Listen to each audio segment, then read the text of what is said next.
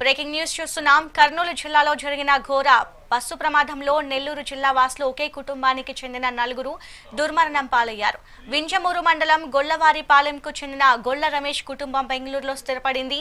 ప్రమాదంలో రమేష్ దంపతులతో పాటు వారి 2 పిల్లలు మృతి చెందారు. ఈ విషయం తెలుసుకున్న ఉదయగిరి ఎమ్మెల్యే సురేష్ రమేష్ కుటుంబ సభ్యులను పరామర్శించారు.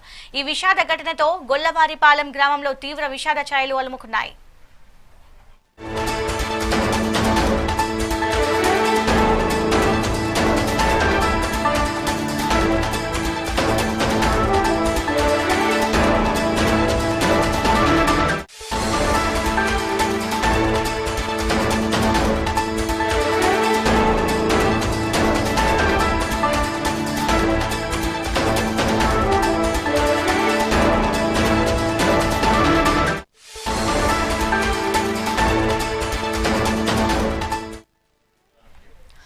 కర్నూలు జిల్లాలో జరిగిన ఘోర బస్సు ప్రమాదంలో నెల్లూరు జిల్లా వాసులు ఒకే కుటుంబానికి చెందిన 4 దుర్మరణం పాలయ్యారు. వింజమూరు మండలం గొల్లవారిపాలెంకు చెందిన గొల్ల రమేష్ కుటుంబం బెంగళూరులో స్థిరపడింది. ప్రమాదంలో రమేష్ దంపతులతో పాటు వారి 2 పిల్లలు మృతి చెందారు. ఇక దీనికి సంబంధించి మరింత సమాచారం మా రిపోర్టర్ శ్రీనివాస్ రెడ్డి అందిస్తారు. శ్రీనివాస్ రెడ్డి, చెప్పండి. నెల్లూరు జిల్లాలోని వింజమూరు మండలంలో దారుణమైన సంఘటన చెప్పుకోవచ్చు. ఇక్కడ ఒక భయంకరమైన వాతావరణం నెలకొంది. ఇటు వింజమూరు ఎంత ప్రశాంతంగా ఉండే వింజమూరు మండలంలో ఎక్కడ చూసినా గానీ ఆర్తనాదాలు వినిపిస్తున్నాయి. ఇటు హైదరాబాద్ నుండి బెంగళూరు వెళ్తున్న కావేరికి చెందిన ఎస్సీ బస్సు ఇటు కర్నూలు దగ్గర అర్ధరాత్రి పూర్తిగా దగ్ధమైన విషయం తెలిసింది. అందులో నెల్లూరు జిల్లా వింజమూరు మండలం చాకలకొండ పంచాయతీ గొల్లవారిపల్లికి చెందిన ఒక ఫ్యామిలీ మొత్తం 4 కూడా అందులో పూర్తిగా మిగిలిపోయారని చెప్పుకోవచ్చు. అయితే వీళ్ళు సొంత మండలం వింజమూరు మండలం కాబట్టి ఇక్కడ వీళ్ళు తెలుగుదేశం పార్టీకి చెందిన వాళ్ళు చాలా అంటే ఇటు ఎమ్మెల్యే కూడా ఇప్పుడే కాకల సురేష్ కూడా వాళ్ళ కుటుంబాన్ని పరామర్శించి తీవ్ర ఆవేదన వ్యక్తం చేశారు. మొదటి నుంచి కూడా తెలుగుదేశం ప్రభుత్వానికి ఎంతో నమ్మకంగా ఉంటూ చాలా పార్టీ గెలుపులకు కృషి చేశారని చెప్పి వీళ్ళు లేకపోవడం మరణించడం చాలా బాధగా ఉందని చెప్పి ఇప్పుడే ఇటు స్థానిక ఎమ్మెల్యే కాకల సురేష్ కూడా కుటుంబ సభ్యులను పరామర్శించారు. అక్కడ కర్నూలు కలెక్టర్ కి ఎస్పీ కూడా స్వయంగా ఫోన్ చేసి వెంటనే బాడీలను మొత్తం DNA టెస్ట్ చేయించి అంటే అంత దారుణమైన సంఘటనలు అక్కడ బాడీలు కూడా కనిపించిన విధంగా ముద్దగా మారిపోయాయి కాబట్టి వెంటనే DNA టెస్ట్ చేసి ఇక్కడ బాడీలను ఇక్కడికి పంపాలని చెప్పి అక్కడ ఉండే ఎస్పీకి కానీ అదేవిధంగా కలెక్టర్ కూడా ఎమ్మెల్యే రిక్వెస్ట్ చేశారు. ఇక్కడ గొల్ల రమేష్ 35 సంవత్సరాలు, గొల్ల అనూష భార్య 30 సంవత్సరాలు, అదేవిధంగా గొల్ల మణిత 10 సంవత్సరాలు, మనీష్ 12 సంవత్సరాలు. వీళ్ళు 4 కూడా అంటే 2 ఫ్యామిలీస్. వీళ్ళు దీపావళికి వింజమూరు మండలంలోని వాళ్ళ సొంత గ్రామమైన చాకలకొండ పంచాయతీ గొల్లవారిపల్లికి వచ్చారు. దీపావళి పూర్తిగా ఆనందోత్సవాల మధ్య దీపావళి చేసుకుని హైదరాబాద్ లో మొత్తం అన్నదమ్ములు 2 ఫ్యామిలీస్ కూడా హైదరాబాద్ వెళ్ళాయి. హైదరాబాద్ లో భంధువులు ఉన్నారు.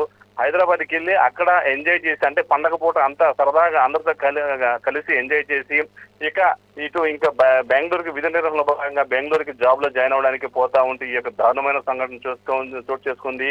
నెల్లూరు జిల్లాలో ఇప్పటికే ఇటు తెలుగుదేశం పార్టీ ముఖ్య నాయకులంతా కూడా వాళ్ళ కుటుంబాన్ని పరామర్శించి సానుభూతి తెలియజేశారు. మంత్రి నారాయణ కావచ్చు, అదేవిధంగా ఇంకో మంత్రి ఆనం రామనారాయణ రెడ్డి, స్థానిక ఎమ్మెల్యే కాకల సురేష్, అదేవిధంగా తెలుగుదేశం పార్టీ జిల్లా అధ్యక్షుడు అజీజ్, అదేవిధంగా మాజీ మంత్రి వైసీపీ కాకాని గోవర్ధన్ రెడ్డి, వీళ్ళందరూ కూడా ఇప్పటికే వాళ్ళందరికీ వాళ్ళ కుటుంబానికి సానుభూతి తెలిపారు. కొద్దిమంది వీళ్ళని పరామర్శించారు.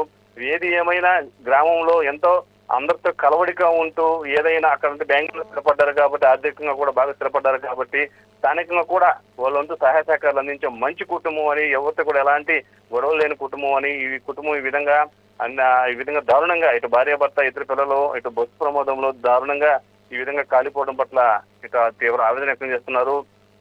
బాడీలు ఎప్పుడు వస్తాయని చెప్పి వింజమూరు మండలం మొత్తం కూడా ఎంతో ఆవేదనతో ఎదురు చూస్తా ఉన్నారు. ఎందుకంటే అక్కడ కాలిపోయి ముద్దలుగా తయారయ్యాయి కాబట్టి కనీసం వాళ్ళ యొక్క బాడీస్ కనుక్కునే పరిస్థితి కూడా లేదు కాబట్టి DNA టెస్ట్ పూర్తయిన తర్వాతే అది వాళ్ళ బాడీస్ హ్యాండ్ ఓవర్ చేసే అవకాశం ఉంది. దీనికి సంబంధించి అక్కడ కర్నూలు జిల్లా కలెక్టర్, కర్నూలు జిల్లా ఎస్పీకి స్థానికంగా ఉండే ఎమ్మెల్యే గాని మంత్రి నారాయణ కూడా ఫోన్లో మాట్లాడారు. వీలైనంత త్వరగా పోస్ట్ మార్టం పూర్తి చేసి DNA పరీక్ష చేసి ఈ యొక్క వింజమూరుకు చెందిన 4 మృతదేహాలను వెంటనే ప్రత్యేక అంబులెన్స్ లో ఖర్చులు కూడా ప్రభుత్వమే భరిస్తుంది, ప్రత్యేక అంబులెన్స్ లో ఇక్కడ పంపించాలని చెప్పి మంత్రి నారాయణ కూడా ఆదేశాలు ఇచ్చారు.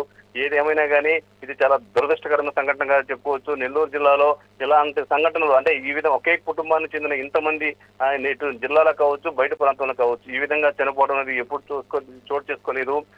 ఇద్దరు చిన్నపిల్లలు కూడా 10 సంవత్సరాలు బాబు 12 సంవత్సరాల పాప ఇద్దరు కూడా ఈ యొక్క ప్రమాదంలో దారుణంగా కాలి మసి అయిపోయిన విషయం తెలిసిందే. ఇంకొక అంటే అన్నదమ్ములు ఇద్దరు అటు అంటే భార్య అన్న 4 ఫ్యామిలీ, ఇటు తమ్ముడు 4 ఫ్యామిలీ. ఒక ఫ్యామిలీ మాత్రం ఎమర్జెన్సీ గ్లాస్ పగలు కొట్టుకుని దూకేశారు. ఇక వీళ్ళు దూకుదాం అనుకున్న మూమెంట్ లో ఇక తొక్కిసలాట జరిగింది బస్సులో. ఒక్కసారిగా ఏసీ బస్సు కాబట్టి మంటలు కూడా చాలా వేగంగా వ్యాపించాయని చెప్పుకోవచ్చు. షార్ట్ సర్క్యూట్ అంటే వైరింగ్ షార్ట్ సర్క్యూట్ కావచ్చు, ఏసీ కాబట్టి మొత్తం రౌండ్ అప్ మంటలు చుట్టడంతో ఒక ఫ్యామిలీ అన్న భార్య ఇద్దరు పిల్లలు మాత్రం సేఫ్ గా అద్దరు పగలగొట్టుకుని దూకేశారు కాబట్టి వాళ్ళు బతికిపోయారు. వీళ్ళు దూకే మూమెంట్ లో అంటే వాళ్ళ బ్రదర్ చెప్పిన దాన్ని బట్టి వీళ్ళు దూకే మూమెంట్ లో మంటలు మొత్తం బస్సు వ్యాపించడంతో ఇంకా దూకమైన పరిస్థితుల్లో అక్కడే బస్సులో చిక్కుకుపోయి దారుణంగా కాలిపోయి చనిపోయారని చెప్పి ఆవేదన వ్యక్తం చేస్తున్నారు. కళ్ళ ముందే ఇంత దారుణం జరిగిందని చెప్పి అంటున్నారు. అయితే డ్రైవర్ కూడా కొంచెం నిర్లక్ష్యంగా నడిపారని, ఓవర్ స్పీడ్ గా నడిపారని కూడా ఒక ప్రచారం అయితే జరుగుతూ ఉంది. అతి వేగం కూడా రావడంతో ఈ యొక్క షార్ట్ సర్క్యూట్ జరిగినప్పుడు మంటలు వ్యాపించినప్పుడు వీళ్ళు అద్దాల పగలు కొట్టి ఎమర్జెన్సీ డోర్ ఓపెన్ చేసి అద్దాల పగలు కొట్టి దూకాలన్నా కూడా ఛాన్స్ లేదంటే వీళ్ళు బస్సు ఉంది కాబట్టి వీళ్ళు అంటే సడన్ గా బస్సు స్లో అయ్యే లోపే మొత్తం మంటలంతా కూడా బస్సు అంతా రౌండప్ చేసాయి. దీంతో వాళ్ళు అద్దాల పగలు కూడా దూకే పరిస్థితి లేకపోయిందని చెప్పి అక్కడి నుంచి ఫోన్ లో వాళ్ళు మాట్లాడారు. అదే బస్సు కానీ కొంచెం మరీ ఓవర్ స్పీడ్ పోకుండా ఒక మాదిరి స్పీడ్ లో కానీ పోయింటే ఖచ్చితంగా ఇంకొంతమంది అంటే దారుణంగా ఇప్పుడు 24 మంది చనిపోయినట్టు తెలుస్తుంది.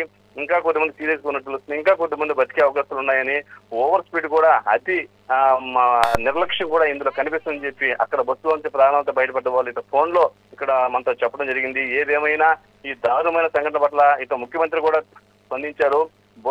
అన్ని బస్సులు కూడా ప్రైవేట్ బస్సులు అన్నిటి కూడా అసలు వాటి పనితీరు ఎలాగుంది, ఆ బ్రేక్స్ కానీ ఇంకా పూర్తిగా బస్సుల్ని బ్రేక్ ఇన్స్పెక్టర్ తనిఖీలు చేయాలని చెప్పి జిల్లా రాష్ట్ర వ్యాప్తంగా కూడా ఆదేశాలు జారీ చేశారు.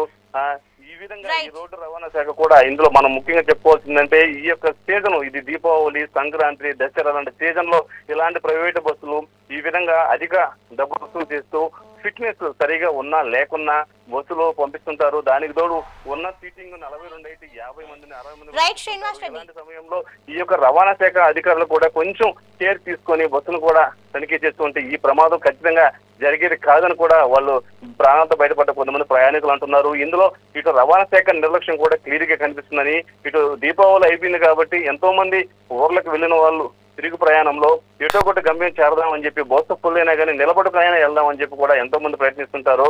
అందులో భాగంగా ఇది కూడా జరిగిందని కూడా మనం అనుకోవచ్చు. అంటే బస్సులో ఎంతమంది ఉన్నారు, ఎలా అంటే సీట్ ప్రకారం మనకు నేమ్స్ ప్రకారం అయితే మనకు తెలుస్తుంది. కానీ కొద్దిమంది నిలబడుకొని కూడా అధిక ఓవర్ లోడ్ కూడా కూడా మనకు తెలుస్తా ఉంది. ఏదేమైనా ఈ సంఘటన పట్ల నెల్లూరు జిల్లాలోని అన్ని పార్టీలు వైసీపీ, టీడీపీ, బీజేపీ, జనసేన కాకుండా ప్రతి ఒక్కరు కూడా తీవ్ర దిగ్భ్రాంతి వ్యక్తం చేస్తున్నారని చెప్పుకోవచ్చు. Right, thank you Srinivas Reddy.